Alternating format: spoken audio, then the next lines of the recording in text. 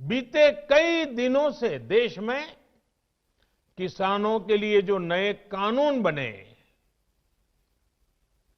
आजकल उसकी चर्चा बहुत है। एक कृषि सुधार, ये कानून रातों रात नहीं आए हैं। पिछले 20-22 साल से इस देश की हर सरकार ने, राज्यों की सरकार ने इस पर व्यापक चर्चा की है। कम अधिक सभी संगठनों ने इन पर विमर्श किया है। देश के किसानों के संगठन, कृषि एक्सपर्ट्स, कृषि अर्थशास्त्री, कृषि वैज्ञानिक, हमारे यहां के प्रोग्रेसिव किसान भी लगातार कृषि क्षेत्र में सुधार की मांग करते आए हैं।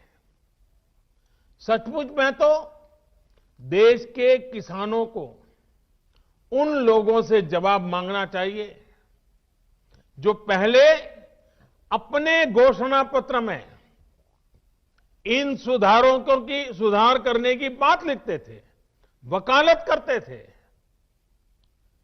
और बड़ी बड़ी बातें करके किसानों के वोट बटोरते रहे, लेकिन अपने घोषणा पत्र में लिखे गए वादों को भी पूरा नहीं किया। सिर्फ इन मांगों को टालते रहे क्योंकि किसानों की प्राथमिकता नहीं था और देश का किसान इंतजार ही करता रहा। अगर आज देश के सभी राजनीतिक दलों के पुराने घोषणा पत्र देखे जाएं तो उनके पुराने बयान सुने जाएं, पहले जो देश की कृषि व्यवस्था संभाल रहे थे, ऐसे महानुभावों की चिट्ठियां देखी जाए तो आज जो कृषि सुधार हुए हैं वो उनसे अलग नहीं है। वो जिन चीजों का वादा करते थे वही बातें इन कृषि सुधारों में की गई हैं। मुझे लगता है उनको पीड़ा इस बात से नहीं है कि कृषि कानूनों में सुधार क्यों हुआ। उनको तकलीफ इस बात में है कि जो काम हम कहते थे लेकिन कर नहीं पाते थे, वो मोदी ने कैसे किया, मोदी ने क्यों किया, मोदी को इसका क्रेडिट कैसे मिल जाए।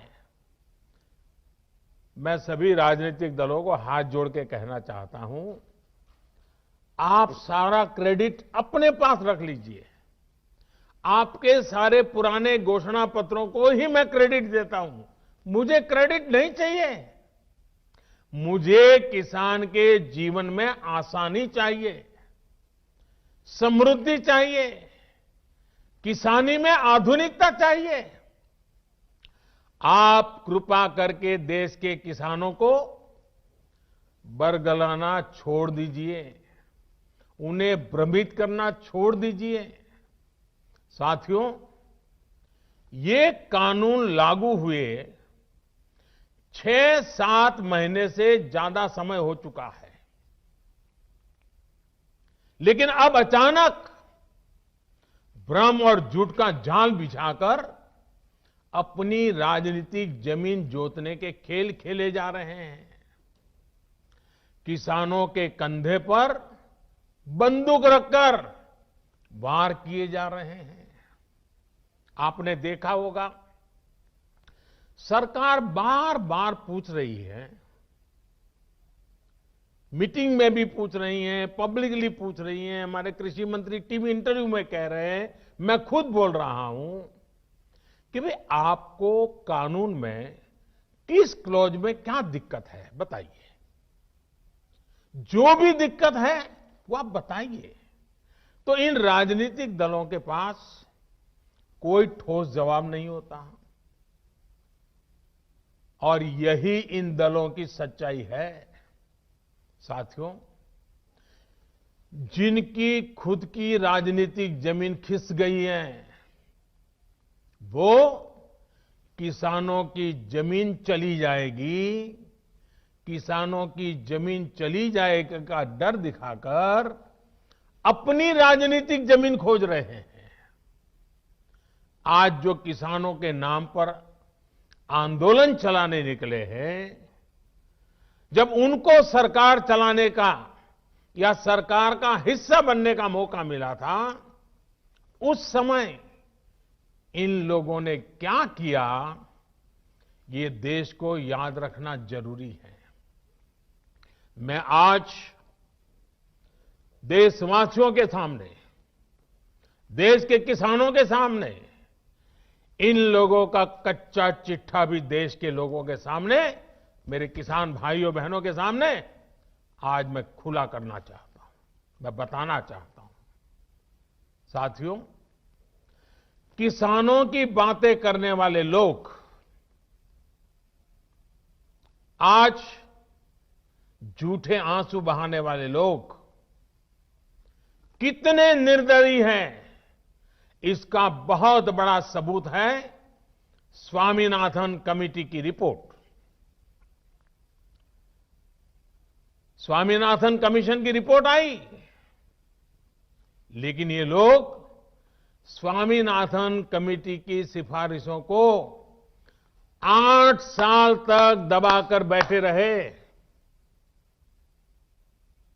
किसान आंदोलन करते थे, प्रदर्शन करते थे, लेकिन इन लोगों के पेट का पानी नहीं लिहाला। इन लोगों ने यह सुनिश्चित किया कि इनकी सरकार को किसान पर ज्यादा खर्च न करना पड़े, इसलिए इस रिपोर्ट को दबा दो। इनके लिए किसान देश की शान नहीं, इन्होंने अपनी राजनीति बढ़ाने के लिए किसान का समय समय पर इस्तेमाल किया है। जबकि किसानों के लिए संवेदनशील, किसानों के लिए समर्पित हमारी सरकार किसानों को अन्नदाता मानती है। हमने फाइलों के ढेर में फेंक दी गई स्वामीनाथन कमेटी की रिपोर्ट बाहर निकाला और इसकी सिफारिश से लागू की। किसानों को लागत का 1.5 गुना एमएसपी हमने दिया। साथियों, हमारे देश में किसानों के साथ धोखाधड़ी का एक बहुत ही बड़ा उदाहरण है कांग्रेस सरकारों के द्वारा की गई कर्ज माफी। जब 2 साल पहले मध्य प्रदेश में चुनाव होने वाले थे, तो कर्ज माफी का वायदा किया गया था। कहा गया था कि सरकार बनने के 10 दिन के भीतर सारे किसानों का कर्ज माफ कर दिया जाएगा। कितने किसानों का कर्ज माफ हुआ? सरकार बनने के बाद क्या क्या बहाने बताए गए, ये मध्य प्रदेश के किसान मुझसे भी ज्यादा अच्छी तरह जानते हैं। राजस्थान के लाखों किसान भी आज तक कर्ज माफी का इंतजार कर रहे हैं। किसानों को इतना बड़ा धोखा देने वालों को जब मैं किसान हित की बात करते देखता हूं,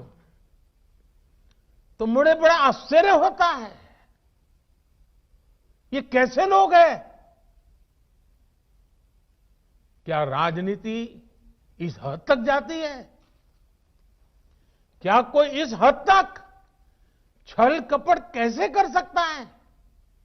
और वो भी भोले भाले किसानों के नाम पर।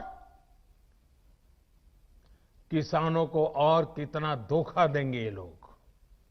साथियों, हर चुनाव से पहले ये लोग कर्ज माफी की बात करते हैं।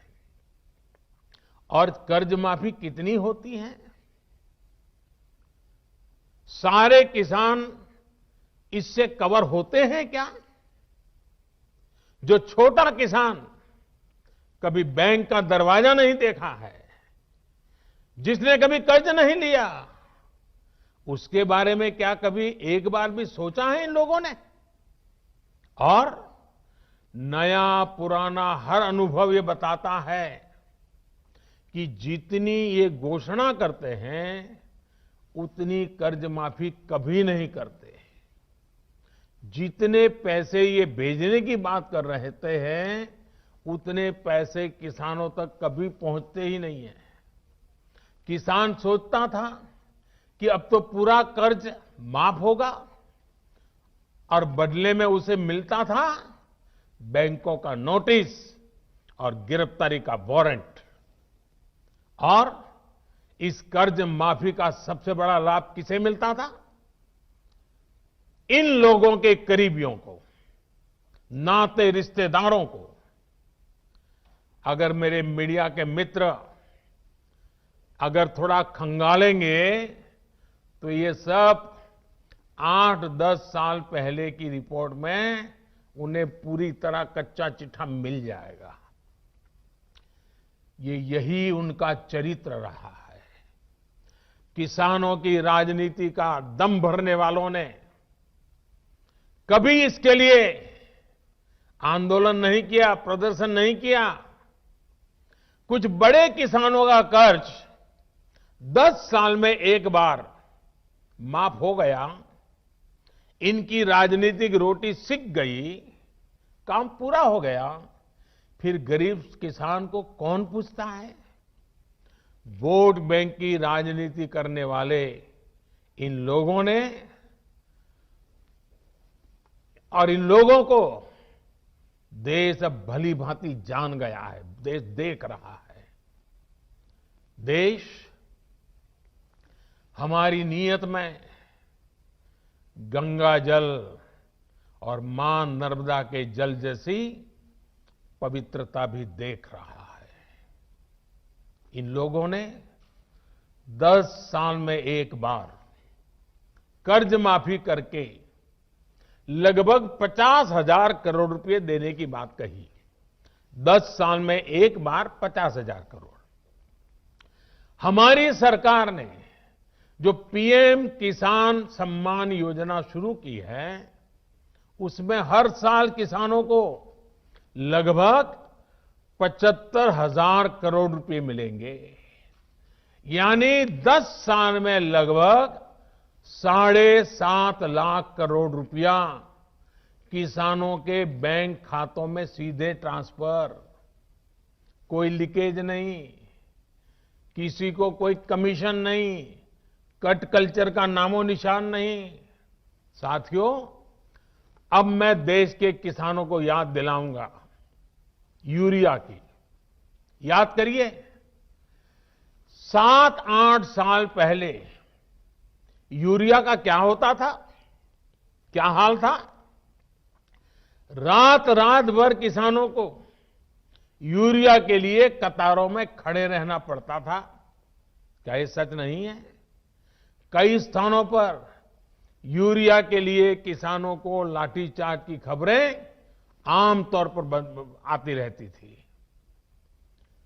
यूरिया की जमकर के काला बाजारी होती थी कि नहीं होती थी? किसान की फसल खाद की किल्लत में बर्बाद हो जाती थी, लेकिन इन लोगों का दिल नहीं पसीजता था। क्या ये किसानों पर जुल्म नहीं था, अत्याचार नहीं था? आज मैं ये देखकर हैरान हूं कि जिन लोगों की वजह से ये परिस्थितियां पैदा हुई वो आज राजनीति के नाम पर खेती करने निकल पड़े हैं। साथियों, क्या यूरिया की दिक्कत का पहले कोई समाधान नहीं था? अगर किसानों के दुख दर्द, उनकी तकलीफों के प्रति जरा भी संवेदना होती तो यूरिया की दिक्कत होती ही नहीं। हमने ऐसा क्या किया कि सारी परेशानी खत्म हो गई है? आज यूरिया की किल्लत की खबरें नहीं आती।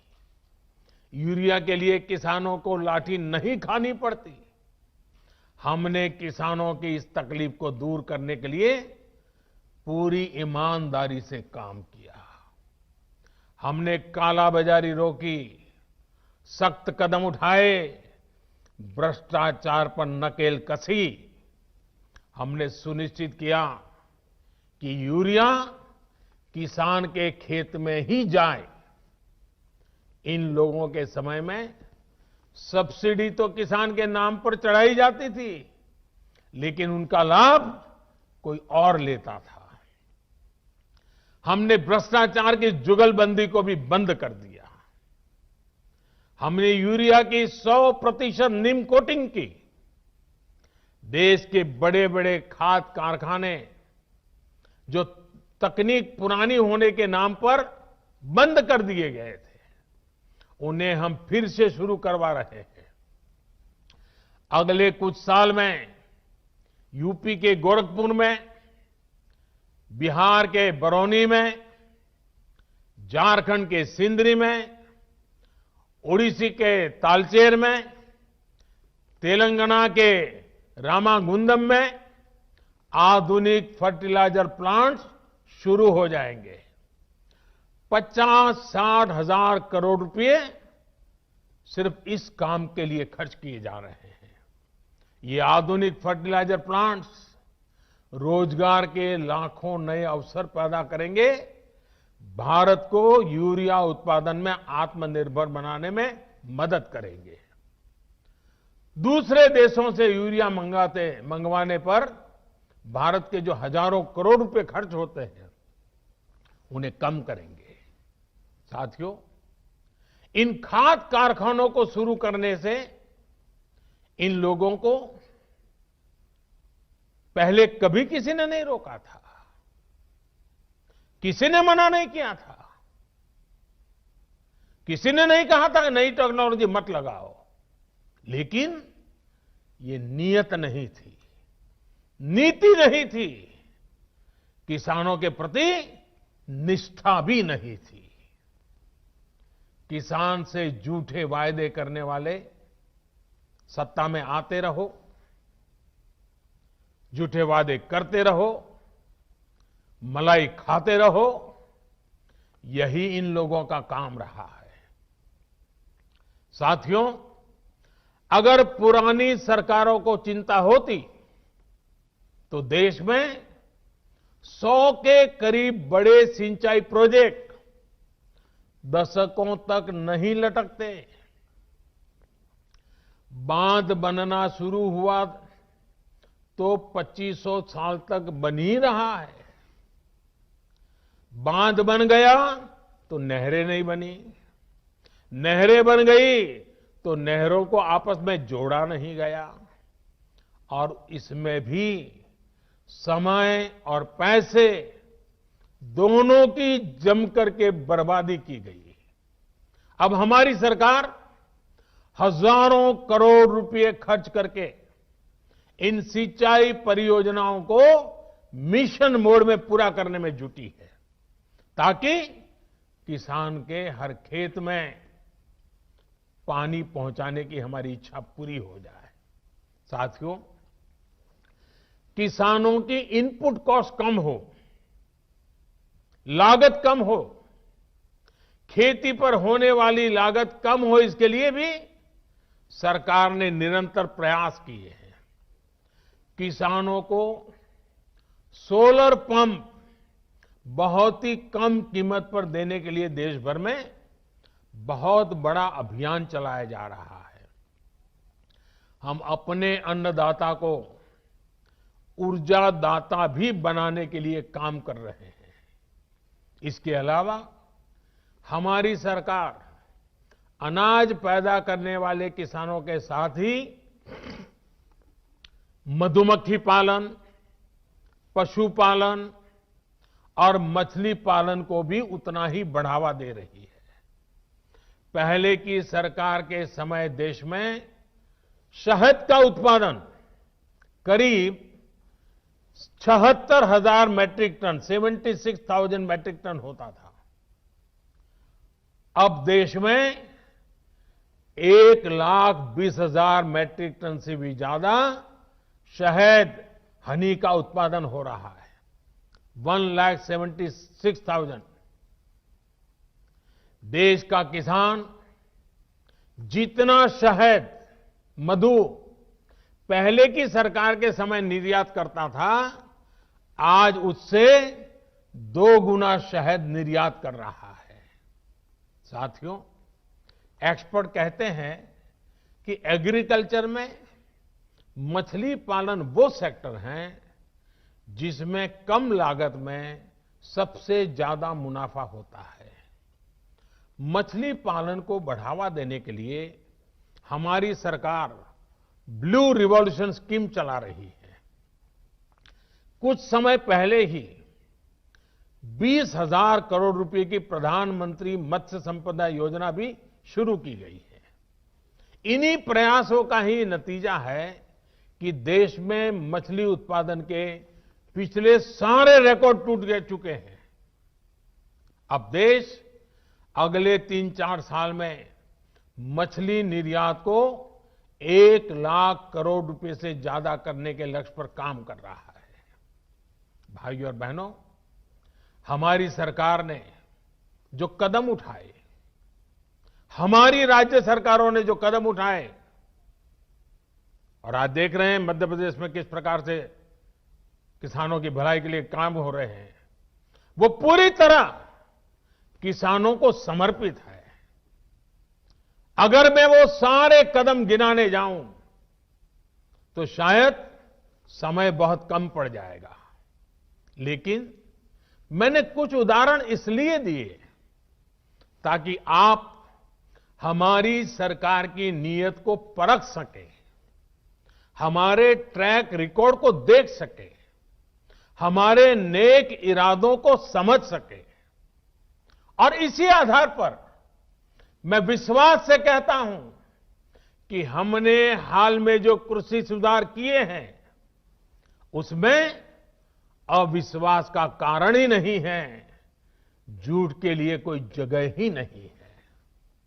मैं अब आपसे कृषि सुधारों के बाद बोले जा रहे सबसे बड़े झूठ के बारे में बात करूंगा। बार बार उस झूठ को दोहराया जा रहा है, जोर जोर से बोला जा रहा है, जहां मौका मिले वहां बोला जा रहा है, बिना सिर पर बोला जा रहा है। जैसे मैंने पहले कहा था, स्वामीनाथन कमेटी की रिपोर्ट को लागू करने का काम हमारी ही सरकार ने किया। अगर हमें एमएसपी हटानी होती तो स्वामीनाथन कमेटी की रिपोर्ट लागू ही क्यों करते भाई? आपने भी नहीं की थी, हम भी नहीं करते। हमने तो ऐसा नहीं किया, हमने तो लागू की। दूसरा, ये हमारी सरकार एमएसपी को लेकर इतनी गंभीर है कि हर बार बुवाई से पहले एमएसपी की घोषणा करती है। इससे किसान को भी आसानी होती है, उन्हें भी पहले पता चल जाता है कि इस फसल पर इतनी एमएसपी मिलने वाली है। वो कुछ बदलाव करना चाहता है तो उसे सुविधा होती है। साथियों, 6 महीने से ज्यादा का समय हो गया जब ये कानून लागू किए गए। ये कानून तो लागू हो चुके थे, 6 महीने पहले हो चुके थे। कानून बनने के बाद भी वैसे ही एमएसपी की घोषणा की गई जैसे पहले की जाती थी। कोरोना महामारी से लड़ाई के दौरान भी ये काम पहले की तरह किया गया। एमएसपी पर खरीदी भी उन्हीं मंडियों में हुई जिनमें कानून बनने से पहले होती थी, कानून बनने के बाद भी वही हुई। अगर कानून लागू होने के बाद भी एमएसपी की घोषणा हुई, एमएसपी पर सरकारी खरीदी हुई, उन्हीं मंडियों में हुई, तो क्या कोई समझदार इस बात को स्वीकार करेगा कि एमएसपी बंद हो जाएगी? और इसलिए मैं कहता हूं, इससे बड़ा कोई झूठ नहीं हो सकता, इससे बड़ा कोई षड्यंत्र नहीं हो सकता। और इसलिए मैं देश के प्रत्येक किसान को ये विश्वास दिलाता हूं कि पहले जैसे एमएसपी दी जाती थी, वैसे ही दी जाती रहेगी। एमएसपी न बंद होगी न समाप्त होगी। साथियों, अब मैं आपको जो आंकड़े दे रहा हूं वो दूध का दूध और पानी का पानी कर देंगे। पिछली सरकार के समय गेहूं पर एमएसपी थी 1400 रुपये प्रति क्विंटल। हमारी सरकार प्रति क्विंटल गेहूं पर 1975 रुपये एमएसपी दे रही है। पिछली सरकार के समय धान पर एमएसपी थी 1310 रुपये प्रति क्विंटल। हमारी सरकार प्रति क्विंटल धान पर करीब 1870 रुपये एमएसपी दे रही है। पिछली सरकार में ज्वार पर एमएसपी थी 1520 रुपये प्रति क्विंटल। हमारी सरकार ज्वार पर प्रति क्विंटल 2640 रुपये एमएसपी दे रही है। पिछली सरकार के समय मसूर की दाल पर एमएसपी थी 1950 रुपये। हमारी सरकार प्रति क्विंटल मसूर दाल पर 5100 रुपये एमएसपी दे रही है। पिछली सरकार के समय चने पर एमएसपी थी 3100 रुपये। हमारी सरकार अब चने पर प्रति क्विंटल 5100 रुपये एमएसपी दे रही है।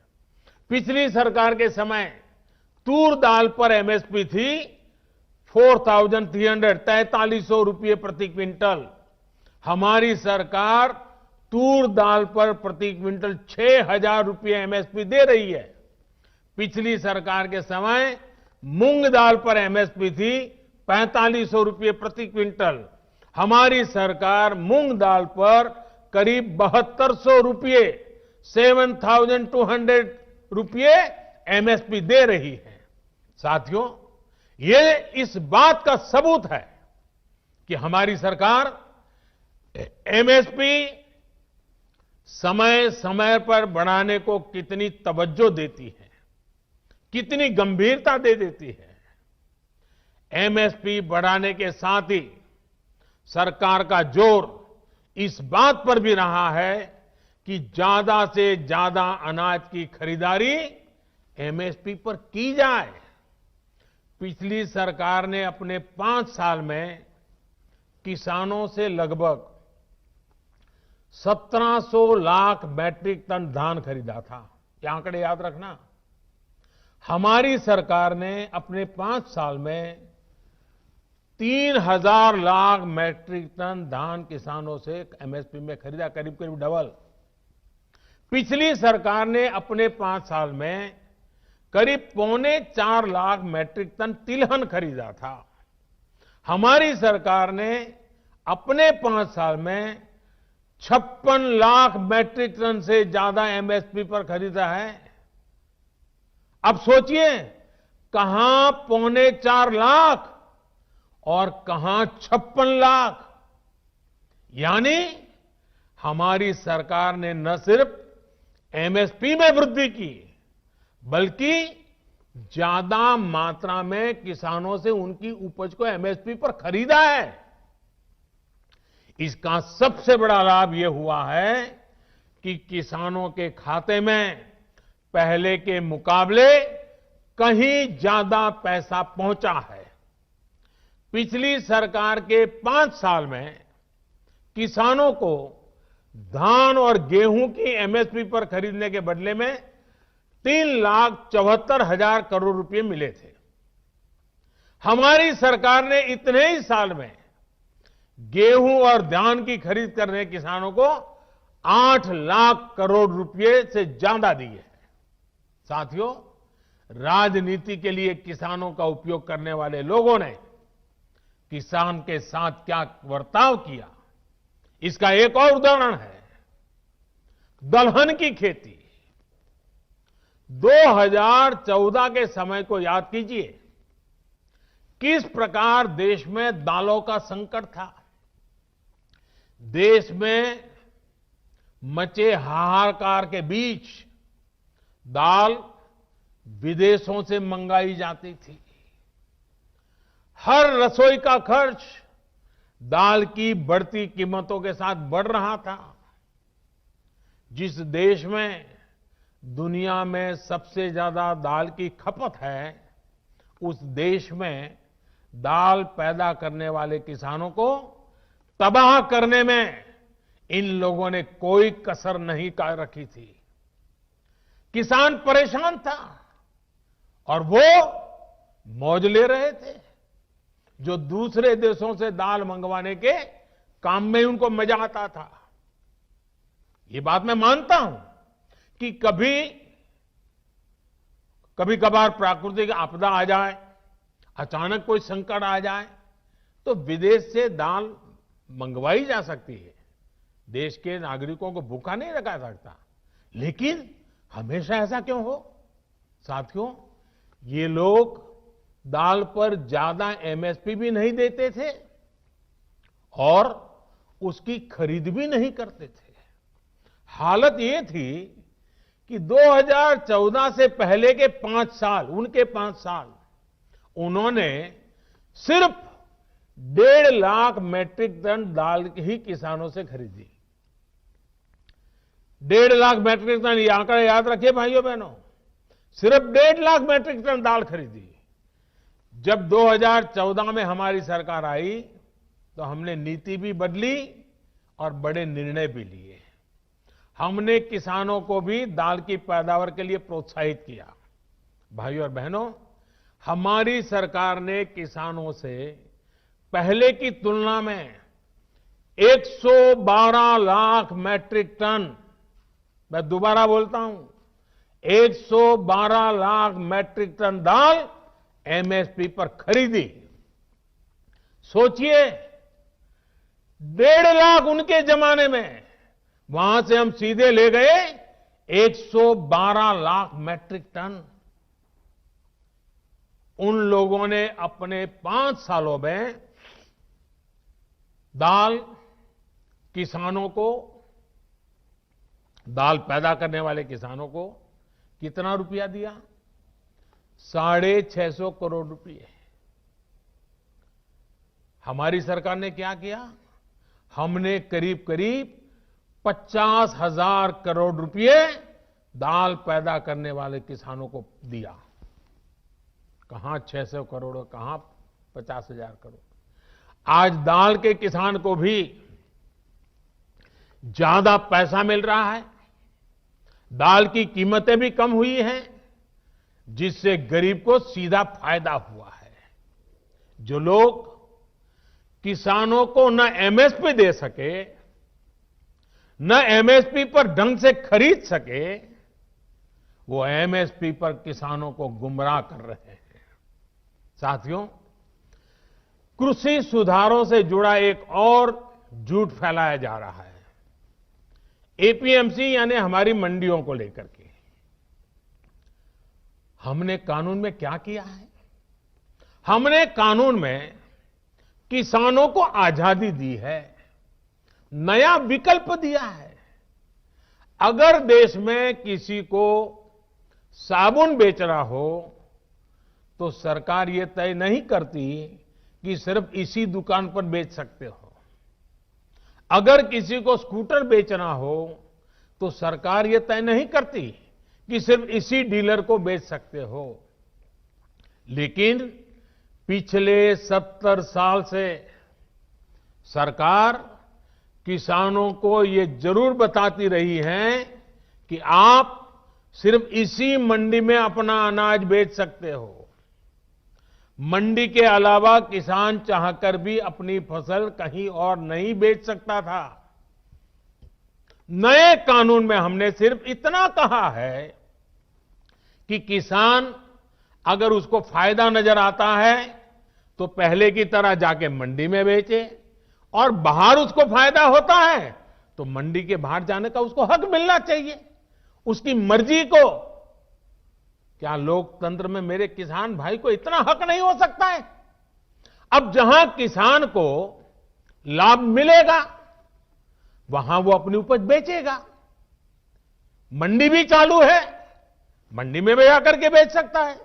जो पहले था वो भी कर सकता है, किसान की मर्जी पर करेगा।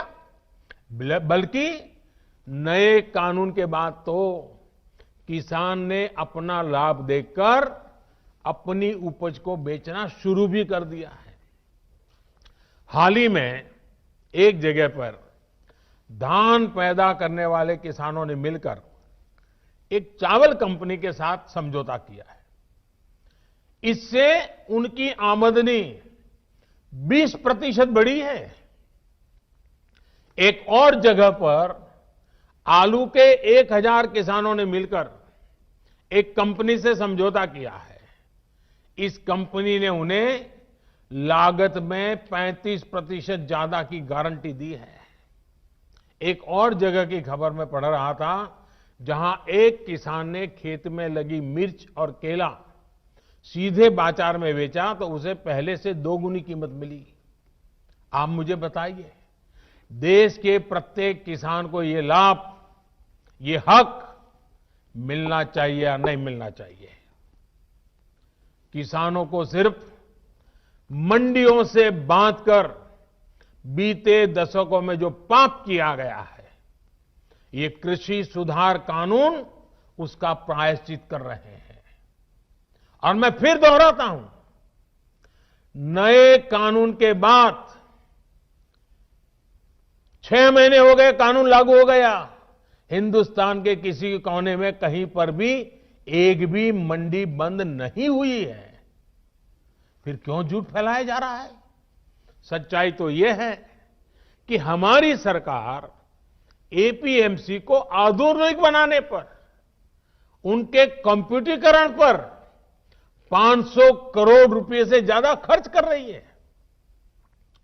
फिर ये एपीएमसी बंद किए जाने की बात कहां से आई? बिना सैर पैर बस झूठ फैलाओ, बार बार बोलो। साथियों, नए कृषि सुधारों को लेकर तीसरा बहुत बड़ा झूठ चल रहा है, फार्मिंग एग्रीमेंट को लेकर। देश में फार्मिंग एग्रीमेंट का कोई नई चीज नहीं है। क्या कोई नया कानून बनाकर हम अचानक फार्मिंग एग्रीमेंट को लागू कर रहे हैं? जी नहीं। हमारे देश में बरसों से फार्मिंग एग्रीमेंट की व्यवस्था चल रही है। एक दो नहीं, बल्कि अनेक राज्यों में पहले से फार्मिंग एग्रीमेंट होते रहे हैं। अभी किसी ने मुझे एक अखबार की रिपोर्ट भेजी, 8 मार्च 2019 की। इसमें पंजाब की कांग्रेस सरकार किसानों और एक मल्टीनेशनल कंपनी के बीच 800 करोड़ रुपए के फार्मिंग एग्रीमेंट का जश्न मना रही है, इसका स्वागत कर रही है। पंजाब के मेरे किसान भाई बहनों की खेती में ज्यादा से ज्यादा निवेश हो, ये हमारी सरकार के लिए भी खुशी की बात है। साथियों, देश में फार्मिंग एग्रीमेंट से जुड़े पहले जो भी तौर तरीके चल रहे थे, उसमें किसानों का बहुत जोखिम था, बहुत रिस्क था। नए कानून में हमारी सरकार ने फार्मिंग एग्रीमेंट के दौरान किसान को सुरक्षा देने के लिए कानूनी प्रावधान किए हैं।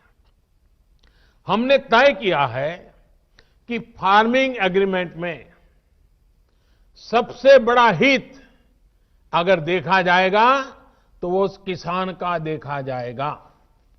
हमने कानूनन तय किया है कि किसान से एग्रीमेंट करने वाला अपनी जिम्मेदारी से भाग नहीं पाएगा। जो किसान को उसने वादा किया होगा, वो स्पॉन्सर करने वाले को, वो भागीदार को उसे पूरा करना ही होगा। अगर नए किसान कानून लागू होने के बाद कितने ही उदाहरण सामने आ रहे हैं जहां किसानों ने अपने इलाके में एसडीएम से शिकायत की और शिकायत के कुछ ही दिन के भीतर किसानों को अपना बकाया मिल गया। साथियों, फार्मिंग एग्रीमेंट में सिर्फ फसलों या उपज का समझौता होता है। जमीन किसान के ही पास रहती है। एग्रीमेंट और जमीन का कोई लेना देना नहीं है। प्राकृतिक आपदा आ जाए तो भी एग्रीमेंट के अनुसार किसान को पूरे पैसे मिलते हैं। नए कानूनों के अनुसार अगर अचानक, यानी जो एग्रीमेंट तय हुआ है, लेकिन जो स्पॉन्सरर है, जो भागीदार है, जो पूंजी लगा रहा है, और अचानक मुनाफा बढ़ गया, और किसान के कॉन्ट्रैक्ट में तो कम पैसा है लेकिन मुनाफा बढ़ गया, तो इस कानून में ऐसा प्रावधान है कि जो बढ़ा हुआ मुनाफा है, किसान को उसमें से भी कुछ हिस्सा देना पड़ेगा। साथियों, एग्रीमेंट करना है या नहीं करना है, ये कोई कंपलसरी नहीं है। ये किसान की मर्जी पर है भाई। किसान चाहेगा तो करेगा, नहीं चाहेगा तो नहीं करेगा। लेकिन कोई किसान के साथ बेईमानी न कर दे, किसान के भोलेपन का फायदा उठा न ले, इसके लिए कानून की व्यवस्था की गई है। नए कानून में जो सख्ती दिखाई गई है वो स्पॉन्सर करने वाले के लिए है, किसान के लिए नहीं है। स्पॉन्सर करने वाले को एग्रीमेंट खत्म करने का अधिकार नहीं है।